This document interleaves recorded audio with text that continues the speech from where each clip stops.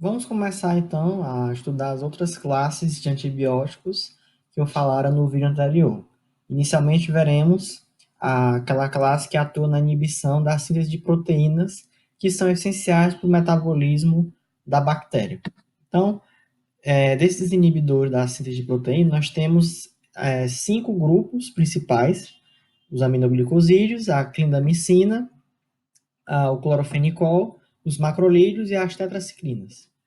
Então, o que acontece? Vamos inicialmente analisar como é que ocorre o processo de tradução bacteriana. A bactéria, ela possui um RNA ribossômico que tem duas partes.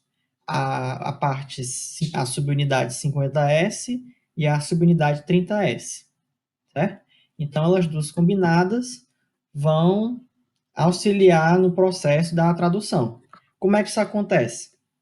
Primeiramente, nós vamos ter o acoplamento do RNA transportador, que aqui nesse caso eu coloquei de vermelho, o RNA transportador 6, que ele vai chegar ao sítio aceptor do ribossomo.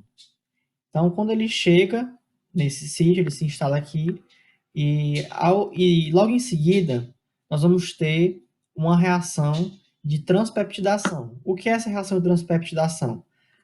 Toda aquela cadeia, nós temos ao lado desse RNA transportador 6, nós temos o antigo RNA transportador que já estava ali antes, que é o 5, certo? Ligado a esse RNA transportador 5, nós tínhamos aqui uma longa cadeia de aminoácidos, certo? Que estavam formando aqui um peptídeo. Então, o que acontece? Nessa reação de transpeptidação, nós vamos ter o acréscimo do novo aminoácido 6 nessa cadeia já pré-existente de 5 aminoácidos. Como é que isso acontece? Nós vamos ter a transferência desse polipeptídeo que está aqui ligado ao aminoácido, ao RNA transportador 5. Essa cadeia polipeptídica vai migrar para o outro RNA transportador, certo? Mas ela vai se ligar ao aminoácido 6. Então vai ficar uma coisa assim, ó.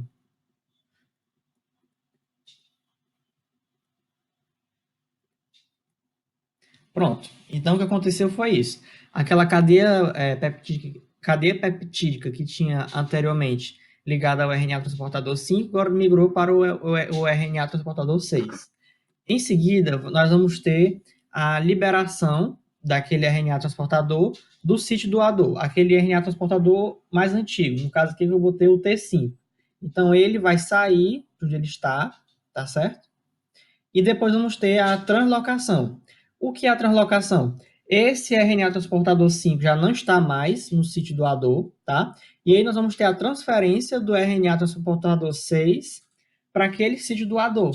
E aí nós vamos repetir o mesmo processo. Vai chegar um outro RNA transportador, no caso com o aminoácido 7, que vai se ligar ao sítio aceptor do ribossomo, vai haver a transpeptidação, vai haver a liberação do RNA transportador do sítio doador e novamente vai ter uma translocação. E assim a cadeia de peptídeo vai aumentando cada vez mais, à medida que nós vamos relacionando. Tem aquela relação dos códons, né? Aqui a gente, nessa fita preta, nós temos o RNA mensageiro. Então, a partir dos códigos, dos códons, então nós vamos ter aqueles que vão ser ativador, aqueles que vão parar o processo da tradução.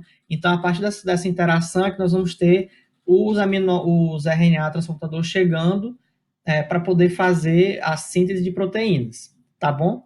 E aí o que acontece? As tetraciclinas, elas são moléculas, como vocês podem ver aí, com 4 anéis de heterocíclicos, certo? De cadeias carbônicas. Heterocíclico não, desculpa. 4 anéis de cadeias carbônicas aí, tá certo? E aí o que acontece? As tetraciclinas, eu até esqueci de fazer esse comentário no vídeo anterior em relação às penicilinas. Todas as tetraciclinas, elas são derivadas dessa estrutura básica aí, tá certo? E isso aí é até um ponto que eu estava discutindo com os colegas, né, os alunos no último FAF, que eu participei de antidepressivos, porque a gente estava fazendo uma questão lá da prova de residência de psiquiatria, em que nós tínhamos a interação de diferentes ISRS com as enzimas do fígado, para que houvesse a metabolização. E aí muitas pessoas achavam que só pelo fato dos fármacos serem do mesmo grupo, eles necessariamente teriam a mesma farmacocinética. Mas aí, pessoal, isso é um ponto que eu até esclareci para eles e é bom esclarecer para todo mundo aqui também. A estrutura molecular de um fármaco, ela define bastante como é que vai ser a farmacocinética daquele fármaco. Porque, justamente, de acordo com os grupos que estão ligados naquela molécula, é que nós vamos ter um maior grau de interação ou não com as enzimas do nosso organismo, para que haja a metabolização. Então, apesar dos compostos fazerem parte do mesmo grupo, mas como cada fármaco tem uma estrutura molecular diferente, cada um deles vai ter uma farmacocinética e, consequentemente, uma metabolização diferenciada. Isso aí tem total consequência em relação aos efeitos que eles podem ter, né, em termos de dosagem, em termos de meia-vida que eles estão no nosso organismo, certo? Então, só esse adendo aí para vocês não se confundirem mais no futuro. E uma coisa interessante, nesse caso aqui das tetraciclinas em relação à estrutura molecular, é o fato de que a tetraciclina, por ser esse composto com vários ciclos, ele é capaz de quelar, de se ligar a íons metálicos divalentes. E justamente essa interação, como é bom falar do negócio de estrutura molecular, né? Essa interação entre a molécula das tetraciclinas com o íon divalente acaba prejudicando a absorção do fármaco. Qual seria um íon aí de um metal da família dos alcalinos terrosos que poderia prejudicar a absorção das tetraciclinas e que é muito encontrado principalmente na nossa alimentação? O cálcio, né? O cálcio, principalmente no leite, ele prejudica bastante a absorção de tetraciclinas. Então é por isso que quando você vai tomar esse antibiótico desse grupo, você não pode tomar um antibiótico do grupo das tetraciclinas com leite, porque se você o fizer, você prejudicará a absorção do fármaco. Bom, então qual é o mecanismo de ação das tetraciclinas? As tetraciclinas eles vão inibir justamente aquela primeira etapa do processo da tradução que eu mostrei para vocês anteriormente. Então, o que é isso? A primeira etapa era aquela etapa em que nós tínhamos o RNA transportador que estava ligado ao novo aminoácido que ia ser adicionado no peptídeo, certo? Esse RNA transportador novo, ele, na primeira etapa, ele se ligava ao sítio aceptor, certo? Lá do segmento da subunidade 30S do ribossomo. Mas o que acontece? As tetraciclinas elas vão inibir justamente essa primeira etapa. As tetraciclinas elas não permitem essa ligação desse RNA transportador novo, que está chegando com um aminoácido novo, no segmento, na subunidade 30S. Tá certo? Tá certo? Tá ok? Tá ok? Então, por conta disso, eles conseguem inibir a síntese de proteína. E um dado importante que vocês não podem esquecer para a prova de vocês é justamente isso. As tetraciclinas elas agem na subunidade 30S do RNA ribossomo. Então, a atividade antimicrobiana das tetraciclinas ela é predominantemente bacteriostático. E aí, como exemplo da classe, nós temos a tetraciclina mesmo, a doxiciclina, a metaciclina. Em termos de espectro, ele tem um espectro bem grande, que ele abrange inclusive grãs positivas e grãs negativas. Isso aí também tem anaeróbios, a rickettsia, clamídia, micoplasma e até mesmo alguns protozoários. E em termos de farmacocinética, só relembrando o que eu falei anteriormente para vocês, que ele é comprometido à absorção por alguns alimentos e também por cátions divalentes. E aí entra o caso do leite, com o caso 2+. Ou também em caso de pH alcalino, também tem uma mudança na absorção. E as tetraciclinas são capazes de ultrapassar, quer dizer, de atravessar a placenta e também podem ser excretadas no leite materno. Isso aí é ruim porque elas não conseguem quelar o cálcio. Então, como elas não conseguem quelar o cálcio, elas acabam prejudicando a formação tanto do dente como o crescimento do osso. E isso daí, para o recém-nascido, é algo bastante nefasto, vamos dizer assim. Então, por conta disso, a tetraciclina não é permitida para mulheres grávidas, nem para mulheres que estão amamentando. E aí, os usos clínicos da tetraciclina, nós podemos citar como exemplo tratamento para Mycoplasma pneumoniae, tratamento de clamídia, também, principalmente, ele é muito eficaz em relação à clamídia, e também no tratamento de rickettsia. E os efeitos colaterais, nós podemos citar uma irritação local no trato gastrointestinal. O uso crônico de tetraciclina ele é muito caracterizado pelo surgimento de esofagite. Certo. Outro grupo, daqueles de inibidores da síntese de proteína, nós temos os macrolídeos. O que é que os macrolídeos fazem?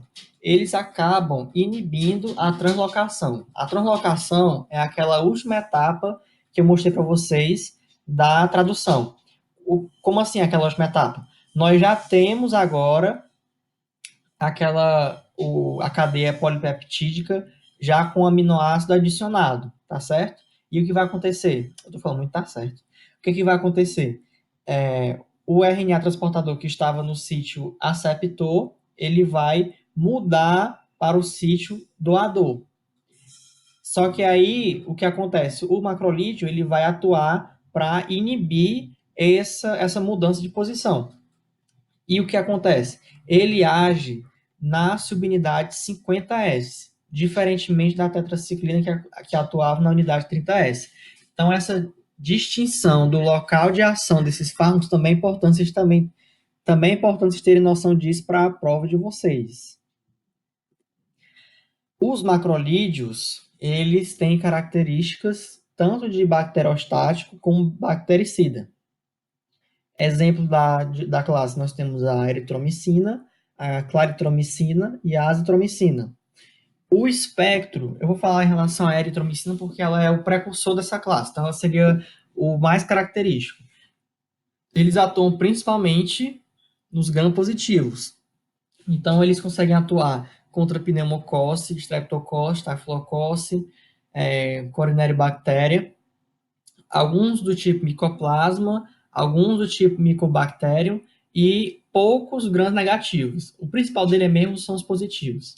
E em relação a efeitos colaterais, nós temos a anorexia, as náuseas, os vômitos e importantes interações medicamentosas, porque eles são metabolizados pelas enzimas P450 do fígado. E aí, por conta disso, ele pode prejudicar a metabolização de outros fármacos que o paciente talvez esteja utilizando, tá certo? E aí essas interações medicamentosas, vocês também não precisa saber quais são as interações medicamentosas, mas saibam que elas existem, certo? Bom, o cloranfenicol, o que é que ele vai atuar no bloqueio dessa síntese? Ele vai atuar na etapa 2, que é a etapa de transpeptidação. Então, como é a transpeptidação? O RNA transportador que está ligado ao novo aminoácido já está no sítio aceptor, e aí haveria aquela transferência que eu mostrei para vocês anteriormente. A transferência da cadeia peptídica, que está no RNA transportador mais antigo, o RNA transportador do sítio doador. Então, essa cadeia vai sair de lá e passar para o RNA transportador do sítio aceptor. E aí é formar a cadeia mais longa. Mas aí o clorofenicol ele atua para inibir essa etapa aí que eu falei para vocês agora. E ele vai atuar justamente na subunidade 50S do RNA ribossômico. Exatamente igual ao dos macrolídeos que a gente viu anteriormente, né? Na mesma subunidade que eles agem. A atividade antimicrobiana do clorofenicol, ela é predominantemente bacteriostático. O espectro, ela é de gram-positivos, aeróbios e anaeróbios, e também de gram-negativo. É bastante amplo o clorofenicol. A farmacocinética, ele se distribui por todo o corpo, inclusive para o sistema nervoso central e para o líquido cérebro-espinhal. E aí o uso clínico dele, ele não é muito usado, tá certo? Tá certo, nossa. Porque ele tem uma alta toxicidade, o efeito colateral dele é muito grave, e também ele tem uma alta resistência. Mas aí ele pode ser uma alternativa aos beta-lactâmicos quando nós temos um paciente que tem hipersensibilidade à penicilina no tratamento da meningite meningocócica. É uma das poucas vezes que ele pode ser utilizado ainda.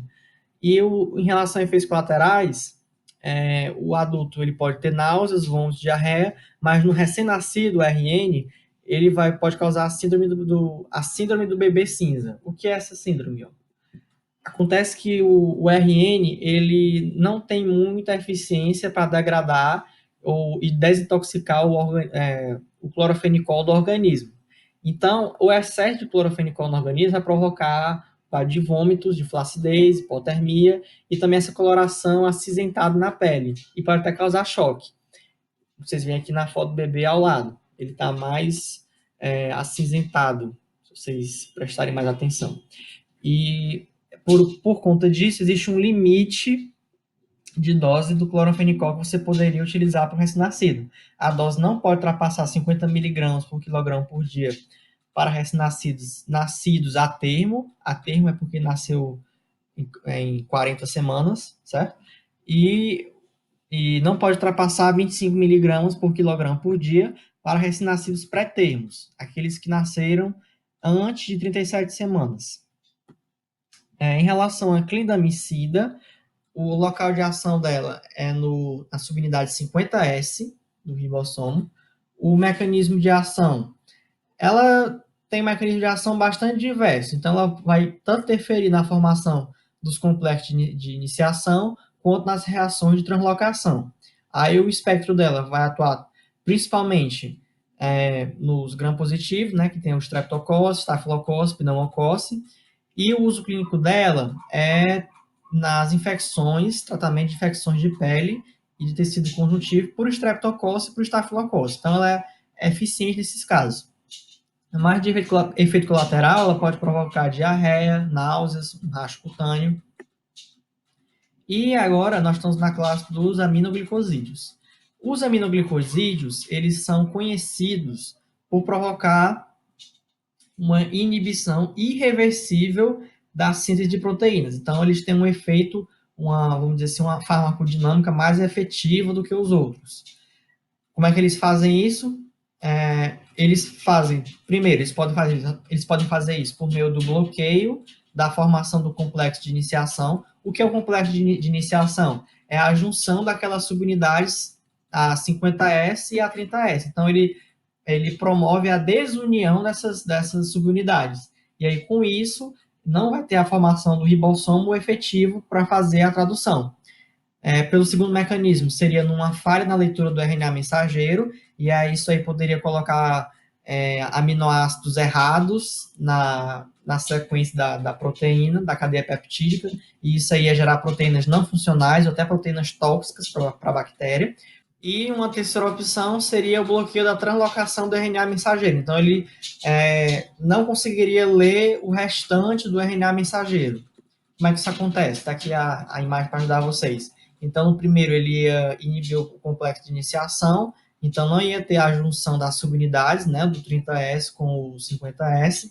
Na segunda etapa, né, nós teríamos a leitura errada do RNA mensageiro, e aí nós teríamos a inserção de aminoácidos que estão fora da sequência correta da cadeia peptídica, e isso ia causar e originar proteínas defeituosas, ou então ia ter o bloqueio da translocação. Então, ele ia bloquear a tradução e não ia se formar aquela proteína atuante no metabolismo da bactéria. Em relação ao exemplo de classe, nós temos a streptomicina, a neomicina, a gentamicina. Em termos de farmacocinética, eles são bastante dose dependentes. Então, quanto maior a concentração de aminoglicosídeo que você utiliza, você vai ter uma maior quantidade de bactérias que vão ser eliminadas. E também eles têm um efeito pós-antibiótico. Isso aí por consequência da inibição irreversível que eles fazem, né? Lembrando lá que todos os fármacos que fazem inibição irreversível têm sempre um efeito que se perpetua após as concentrações séricas já terem diminuído bastante. Então, ele tem um efeito pós-antibiótico que promove uma atividade antibacteriana persistente. E o uso clínico dele é basicamente para bactérias gram-negativas, aeróbicos, principalmente no caso de sepse, e é bastante comum haver a combinação de um beta-lactâmico com aminoglicosídeo. Por quê? Beta-lactâmico ele é efetivo principalmente contra gram-positivos, certo? Só lembrar da penicilina, por exemplo. Então, como eles são bastante eficientes em gram-positivos e os aminoglicosídeos são eficientes em gram-negativos, a combinação dos dois aumenta bastante o espectro de bactérias que você poderia tratar. Poderia tratar bactérias tanto gram-positivas quanto gram-negativas. E aí, por isso, você utiliza essa modalidade de tratamento no tratamento de endocardite infecciosa e também de tuberculose. E de efeitos colaterais, nós temos principalmente a ototoxicidade e a nefrotoxicidade, que isso aí também, elas duas são tempo e dose dependente. E aí, quanto mais tempo de antibiótico você utilizar, maior o efeito colateral que você vai sofrer. E também, quanto maior a dose de antibiótico você utiliza, mais extenso vai ser o efeito colateral. Acabou aquela primeira classe. Vamos agora para a segunda classe, o segundo grupo, que é o grupo de alteração do metabolismo bacteriano. O que acontece? Os modificadores do metabolismo. Nesse daí nós temos dois grupos, duas classes, as sulfonamidas e o trimetropim. Como é que eles funcionam?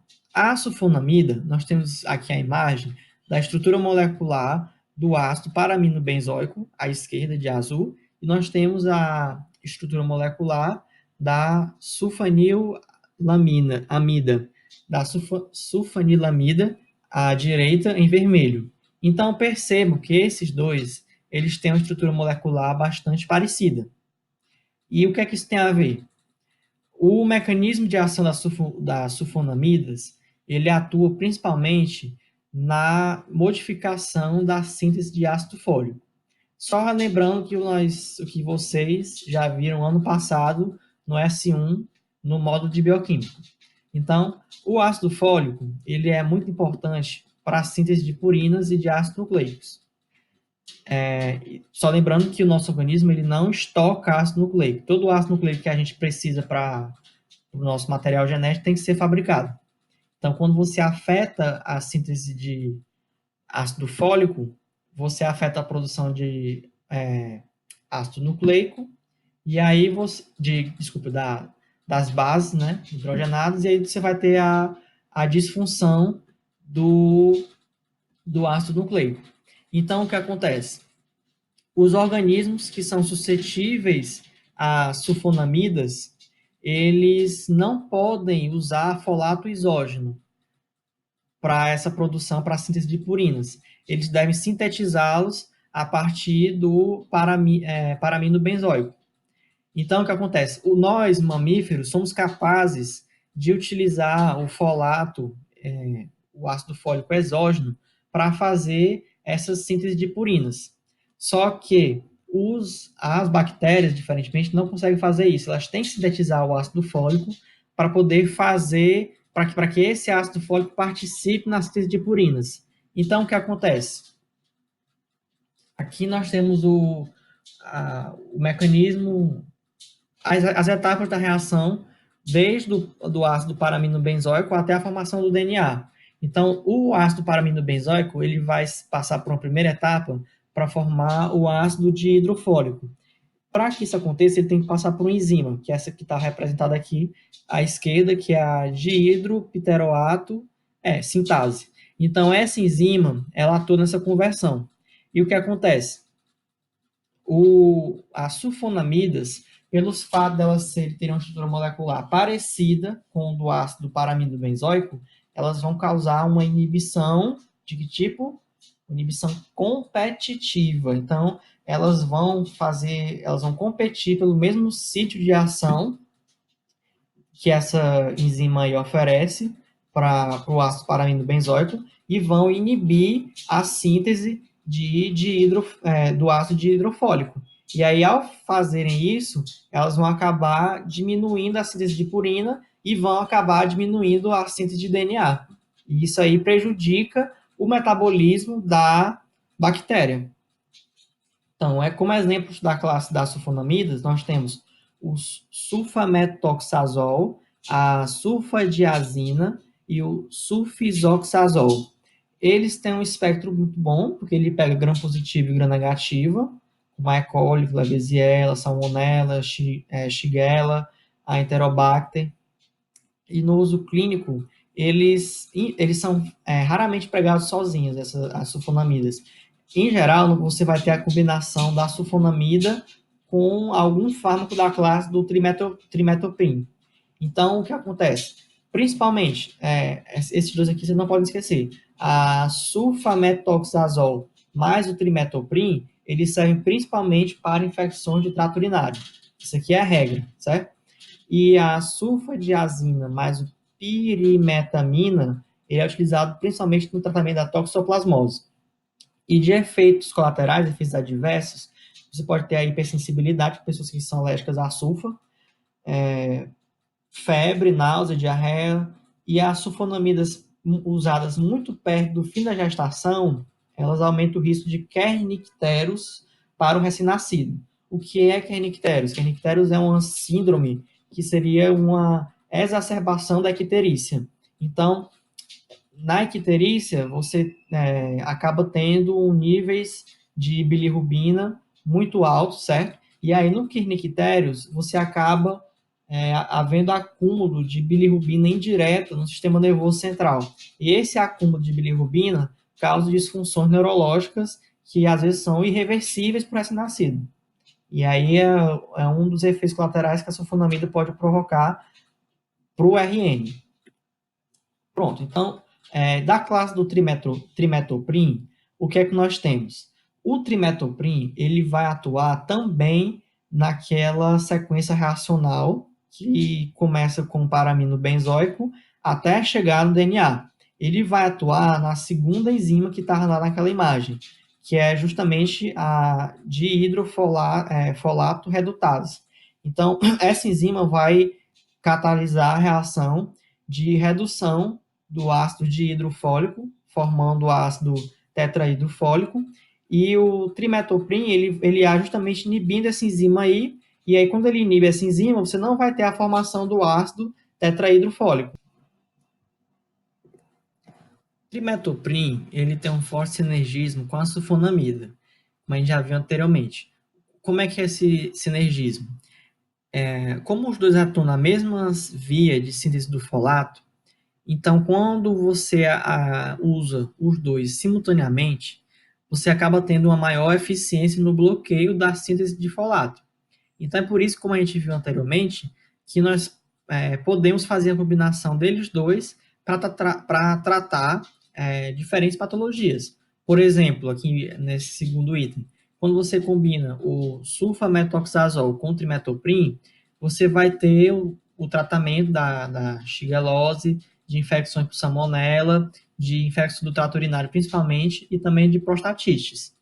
Em relação a efeitos colaterais, o principal seria uma anemia megaloblástica, porque justamente o ácido fólico ele atua na síntese de DNA, e aí nós também teríamos o comprometimento da síntese de DNA no caso lá das nossas hemoglobinas. Desculpa, no caso, nossas hemácias.